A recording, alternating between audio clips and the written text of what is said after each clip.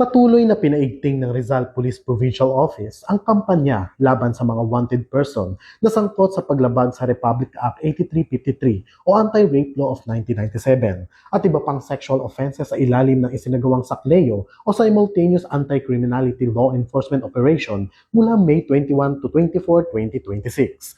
Bilang resulta ng operasyon, matagumpay na naaresto ang kabuuang 13 na wanted persons sa iba't ibang bayan at lungsod ng lalawigan ng Rizal.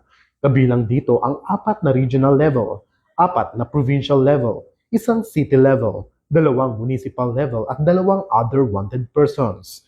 Ang matagumpay na operasyong ito ay patunay ng mas pinaigting na koordinasyon at dedikasyon ng ating mga kapulisan sa pagpapatupad ng batas at pagbibigay hustisya sa mga biktima ng sexual offenses.